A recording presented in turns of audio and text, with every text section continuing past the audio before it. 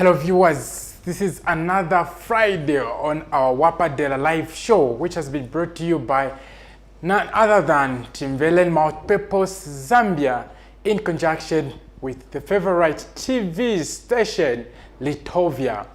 Viewers, I am your usual presenter, the name Brian Kachiza, and I'm so proudly deaf, being assisted by my sign language interpreter, Blessing Sokauta.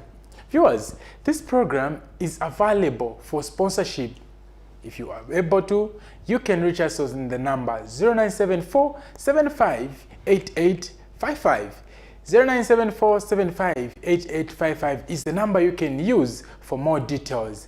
And note that this program is an inclusive program that focuses on the success, challenges that persons with disabilities and people without disabilities have, and also bring and bridge the gap between these two communities we've mentioned. And therefore, I invite and encourage you, all viewers, to fully participate as we bring you with these more interesting topics. You can bring in your questions, your comments, and suggestions on this program.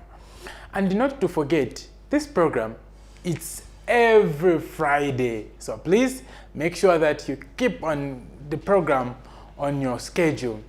Today we have a nice topic. What is it? Social education inclusive. Yeah, social education inclusive, or inclusive social education is the program we have. And to discuss this, I have our guest, Mr. KEGWIN. You're most welcome on the show. Thank you very much. Yeah, and to start with, you can give us a brief introduction of where you're coming from and what you do. Okay, my name is KEGWIN Sikazwe. I live within Lusaka, and currently I'm working with Open Window University as Deputy Registrar Academic. Thank you. Thank you so much, Mr. KEGWIN, and we are so, not that we are so happy to have you here on our show, Mr. KEGWIN. Yeah, and so glad on this to be here on the show. We want to ask you, Mr. KEGWIN, yeah, what is, just from your own way, what is social education inclusive? Thank you very much. So as the term suggests, social education, inclusive education, this is the kind of education that is not structured as the traditional one. It may happen outside the class environment. It focuses on community learning as well as individual experiences that members of society get outside the classroom setup. Okay, that's so nice. That's so nice, and thank you so much on that one. Yeah, you know, I still want to ask you, so how do you think social education can contribute to the person's development, like on an individual capacity? Well, social education is very important because it helps to develop the skills of the individual so that they can be able to function as a whole, as a complete member of society. So the education system in Zambia, we have the structured education system in Zambia where students are enrolled to focus on their chosen program of study. But with inclusive education, you are able to get students who focus on not just the structured nature of the program, but incorporating other skills they may have, other talents beyond what is given in a classroom setup. That also involves including students with various needs. Okay, they may come from different social backgrounds, different diversities, different learning abilities. So because learning is a right, all those should be included.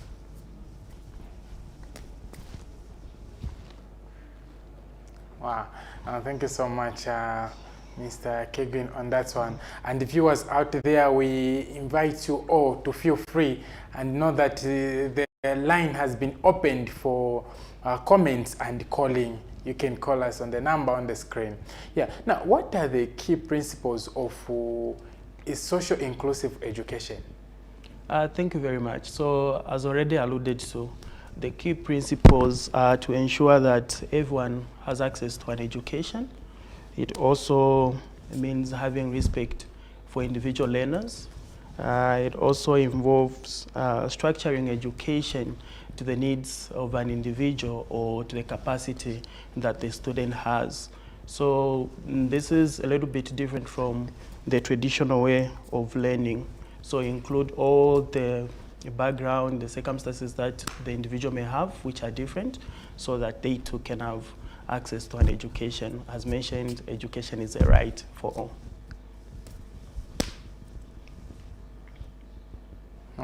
Thank you so much. Thank you so much on that one.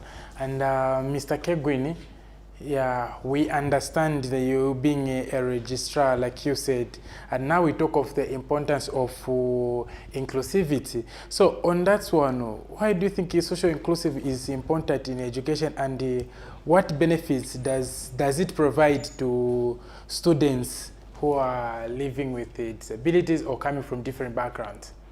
Well, it's very important because in as much as education is there for everyone, there are a lot of barriers to education, barriers to do with finances, there are barriers to do with educational learning abilities. There are all these circumstances that may surround different individuals. So inclusive education ensures that such barriers are eliminated. So it's very important. It benefits individuals who cannot access education in the traditional way.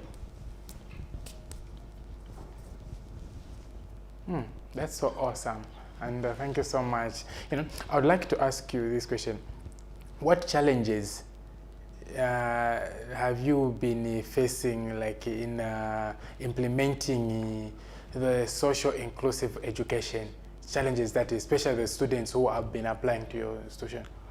Well, at Open Window University, we've had applicants from different backgrounds, but there are a lot of barriers. One of them is finances, and this is general to most learning institutions. So not all students may be able to pay. And then the other one is infrastructure. So learners with different abilities need tailored education. So that may mean coming up with infrastructure that supports their learning abilities. So that becomes a little bit of a challenge. But from the institution where I'm coming from, we have a lot of infrastructure, and we try our level best to support all students from different backgrounds. And I must also mention that you know, educational institutions face the challenge to do with funding. As you may know, government institutions are given grants, but private institutions have to find their own ways of coming up with finances. So that becomes a challenge. But regardless of that, the institution where I'm coming from, it tries all the level based to ensure that all learners are included. Yeah. Okay, that's so nice, and thank you so much. Thank you so much. Now, how can social education foster a sense of belonging among marginalized people, sort of? Well, education institutions should come up with safe spaces. You see, these people are already marginalized. They are coming from different backgrounds.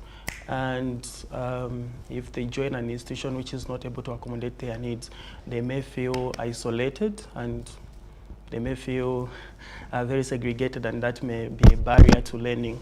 So universities should create spaces where everyone feels has a sense of belonging, and the content is relevant to their learning needs. They should feel supported, and should be able to find means of helping them to collaborate with others, to be able to interact with everyone, so that they don't just get the academic knowledge, but also the social aspect should be covered.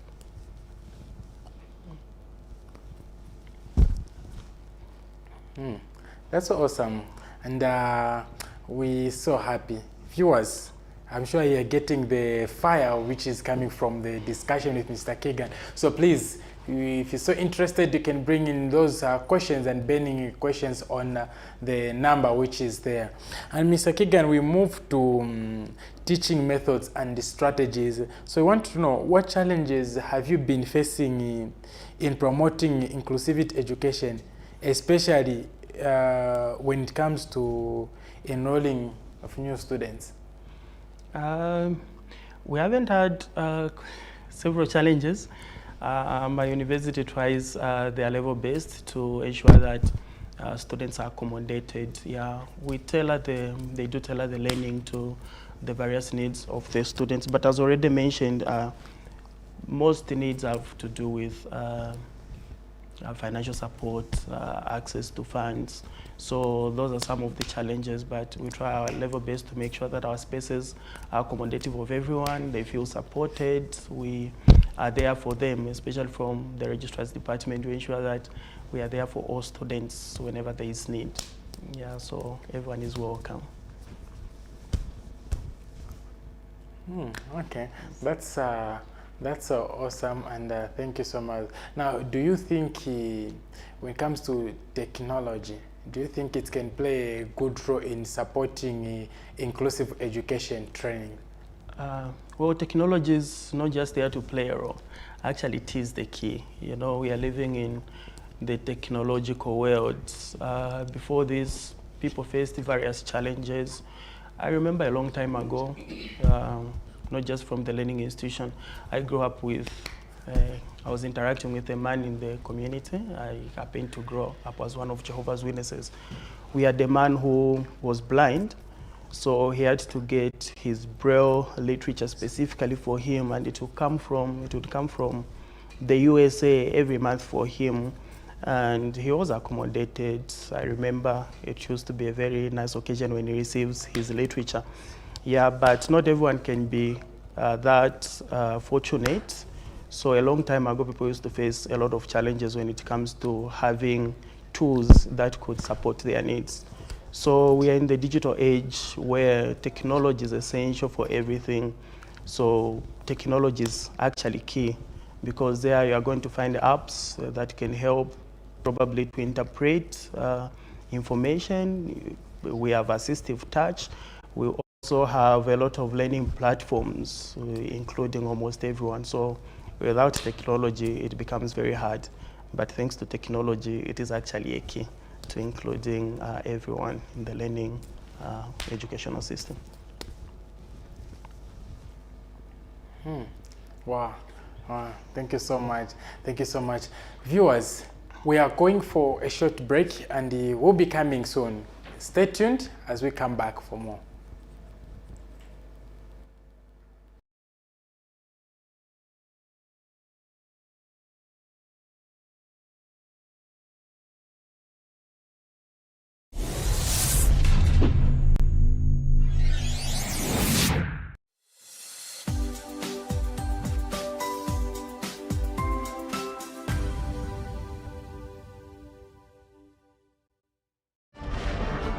Get ready to hit the right note. This September, it's More Than a Song choral competition is back. Calling all music lovers, choirs, groups to register today. Showcase your talent and stand a chance to win.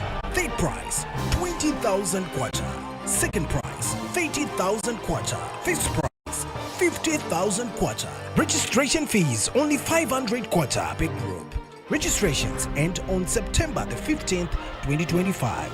Find out who will be crowned the champions of choral music this September.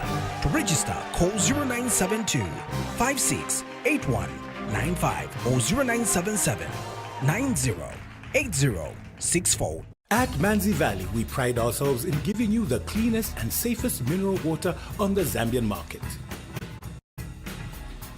Our mineral water is produced in the cleanest and most hygienic, germ-free environment in Zambia, and that's just a fact. We at Natural Valley take pride in the quality of our product so that you can safely enjoy our mineral water, rich in minerals, to satisfy that thirst and revitalize your body.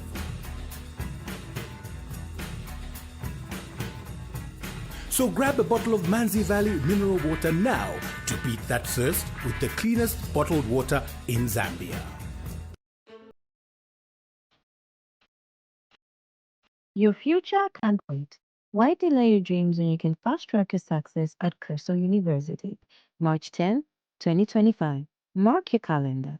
Enroll in the following faculties: Faculty of Nursing, Faculty of Health Sciences, Faculty of Humanities, Business and Education, Department of Postgraduate Studies. For a limited time, get a 20% off discount on your first semester, making education more affordable.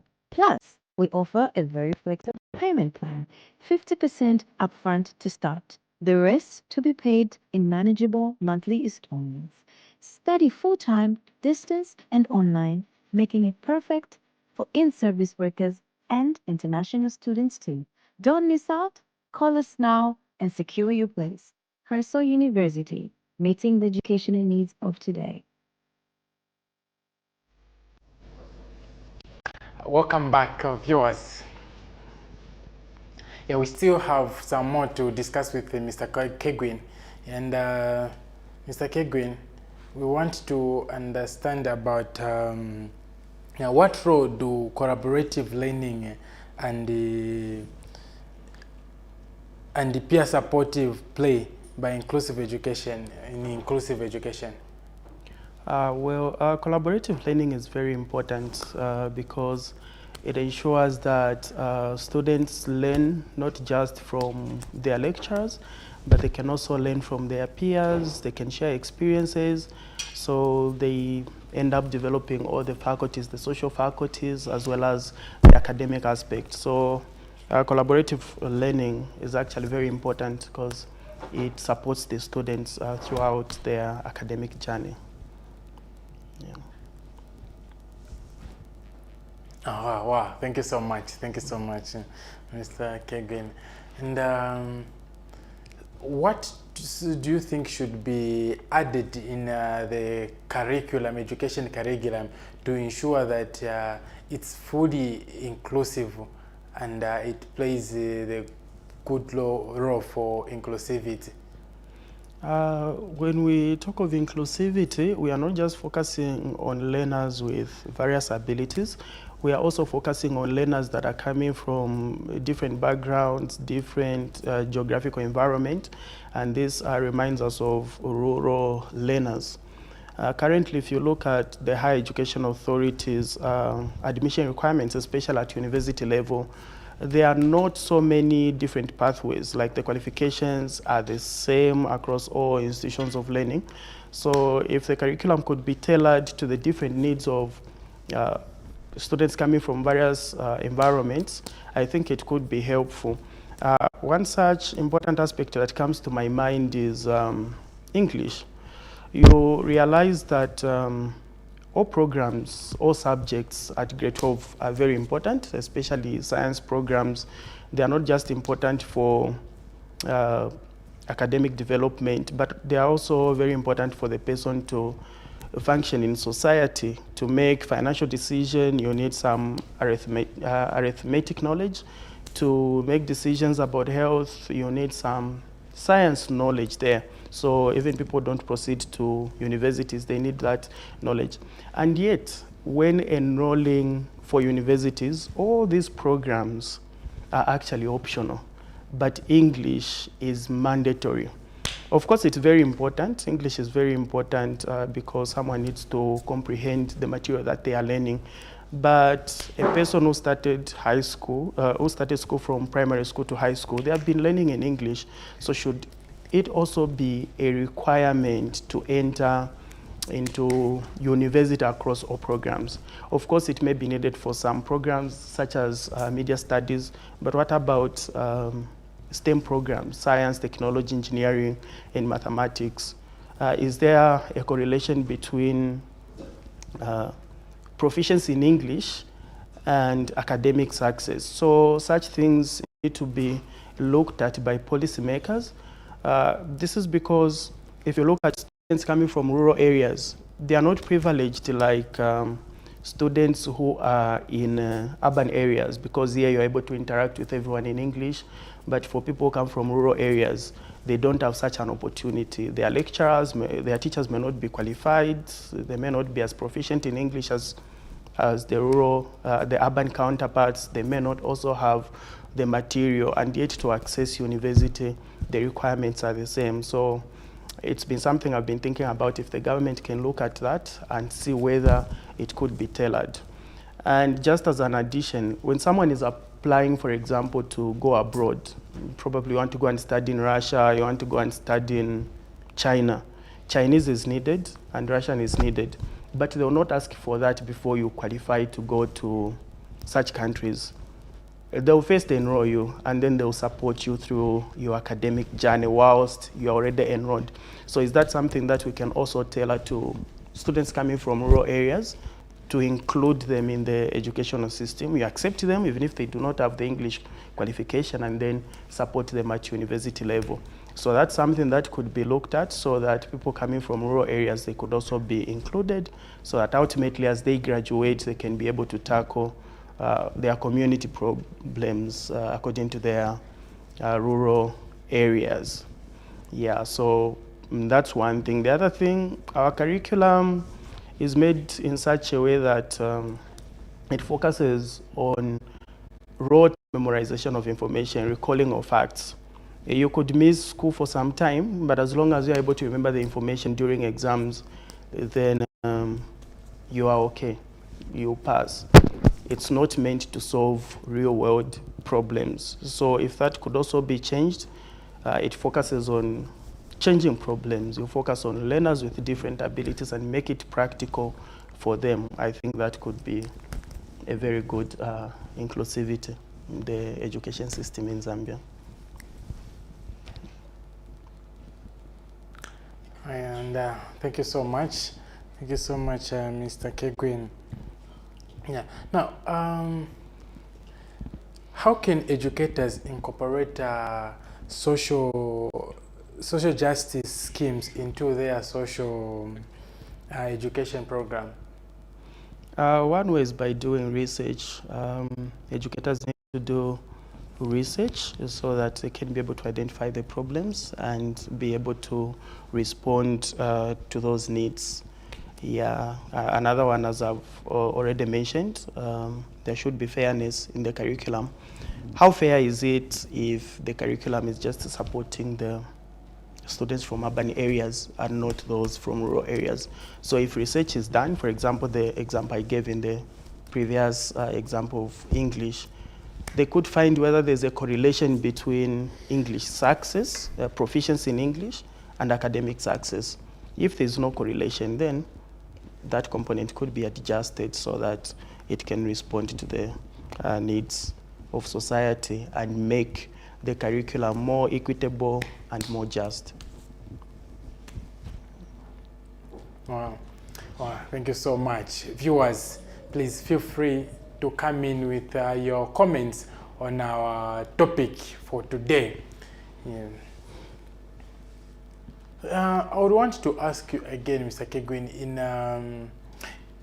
in what way do you think families and communities can contact or bring to success when it comes to social inclusion education?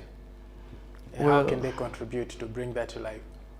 Well, families need to be involved in the learning programs of their students, the people they care for.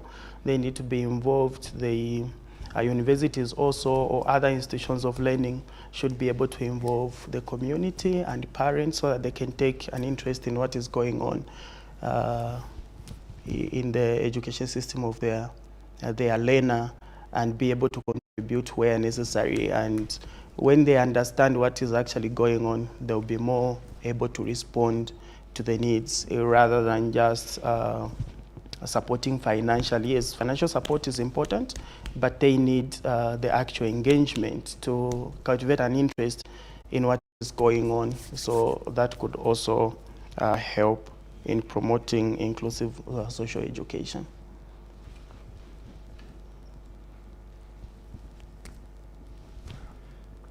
Thank you so much, Mr. KEGWIN. And how can partnering with local organizations or a TV program like this one we're in, how do you think it can promote and enhance inclusivity when it comes to social education? Thank you very much. So our programs, an institution like yours, they're actually key because there is a gap between what is happening in the community and how educational institutions, what educational institutions are able to offer.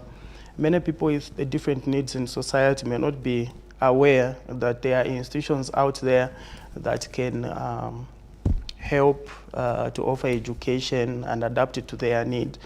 So that discrepancy or that gap happens because there's no dissemination of information from the education institutions to the community. So institutions like yours, they need to communicate more actively to disseminate this information to the community so that they know that actually solutions are out there. Then the second one, I mentioned one of the challenges I mentioned is finance. So local organizations can be there to support institutions that are struggling financially. They may be interested in having inclusive education, but they may not have the capacity. We mentioned one of the needs to be technology. So organizations out there, they can come along and provide funding to such institutions so that that could be included. Wow. We're so glad for your answer, Mr. KEGWIN. And the viewers, as we say, we are going for another short break. We'll be coming soon. The short break, stay tuned.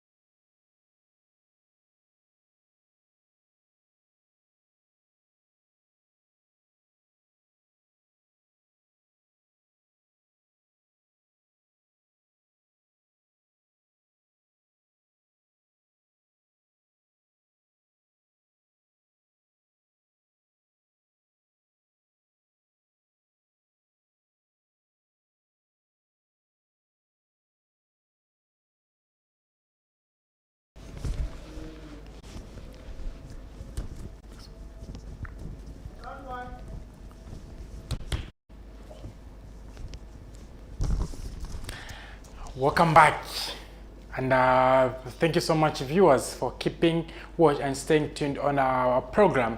Remember that this program is available for sponsorship, and you can able to reach us on the number 0974-758855. That's the number you can call us on for more information.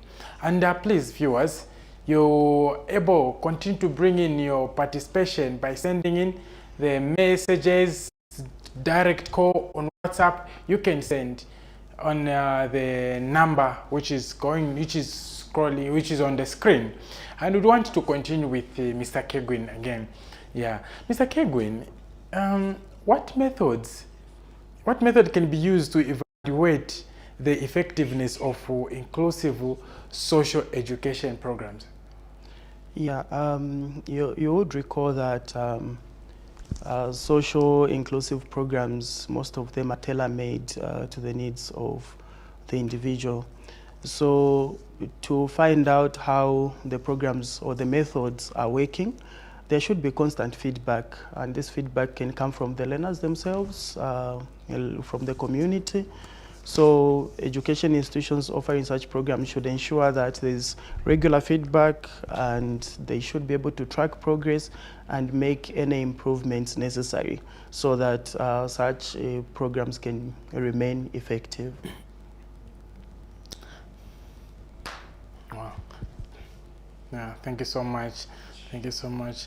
And how can feedback from students and parents shape the future inclusive social education strategies? Well, feedback from the parents, likewise, is very important. It helps to shape the programs to ensure that actually the methods that have been put in place are responding to the actual needs of society. There's continuous improvement of user experience or learner experience. So parents are actually the primary consumers of this information together with their children. So they should be able to provide feedback so that there can be regular assessment and improvement of the methods. So feedback from the parents and the learners themselves is actually very, very important. Wow, thank you so much. Thank you so much. So, thank you so much, Mr. KEGWIN, for the wonderful discussion that we've had. Now we are coming to the end of the program on this topic. What could be a word of conclusion on this topic? Thank you very much for the opportunity, and I would just like to appeal to all applicants and all would-be learners out there. There are actually solutions. There are actually institutions out there who are offering programs that tend to go across various needs of learners with different needs. So they should be able to research, and as already mentioned, an institution like yours should be able to share the information out there so that everyone feels included, and the gap between the education institutions as well as the community can be bridged. Thank you very much. Thank you so much. It has been so wonderful discussion that we've had. And viewers, we are coming for a summary of this program, so which we encourage you not to go far or to close the show. Just stay tuned for just a few minutes. We'll come with some summary of the program.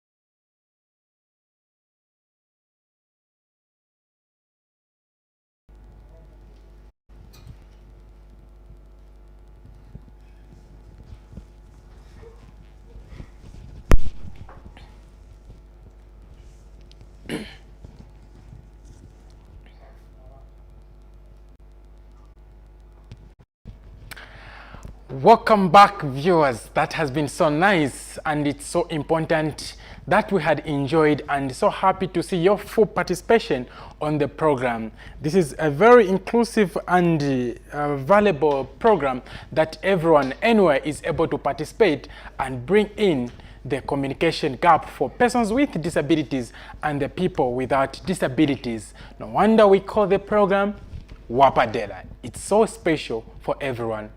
Viewers, we've had a very nice and interesting topic with our presenter Brian Kachiza and our guest for today to discuss on this important topic, Mr. KEGWIN, on inclusive education, which is so nice. Viewers, what have we learned on the program, and what has been your takeaway for the program? We want, just like has been said, education is a right for all, and no one can be marginalized or deprived from accessing the information, be it in primary or tertiary level.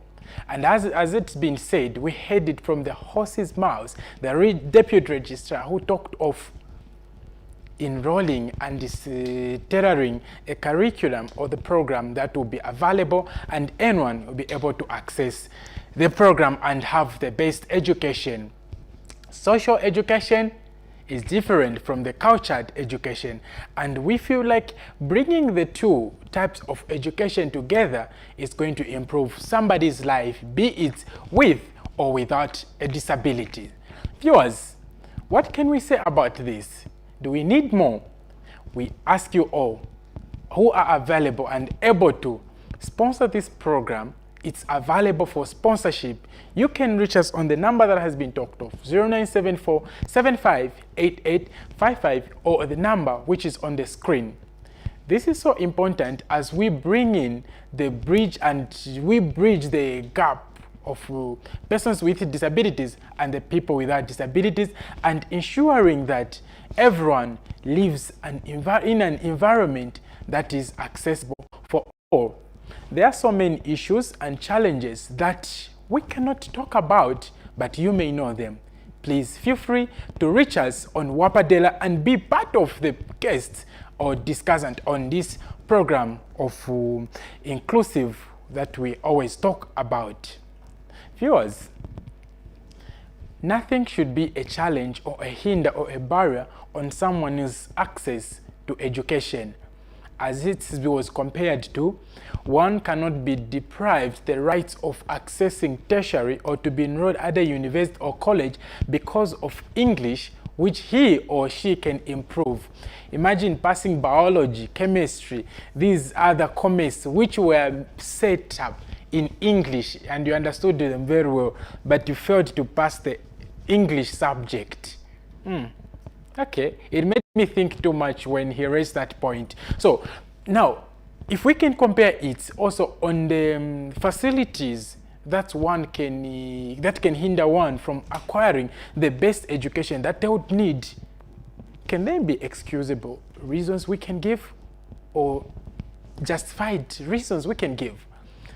From the discussion that we had, we've able to understand to say that we can adjust and readjust the programs, the facilities, and the environment to make sure that everyone is accommodated and is able to access the information that has been to access the best education that he or she is planning on reaching. Viewers, this is your favorite TV show on your favorite TV station, Litovia, and together I've been your presenter, and to bring up the summary of the discussion, I'm Blessing Sokauta, and not to forget the interpreters that we've had, which is Fendengerin and Prince.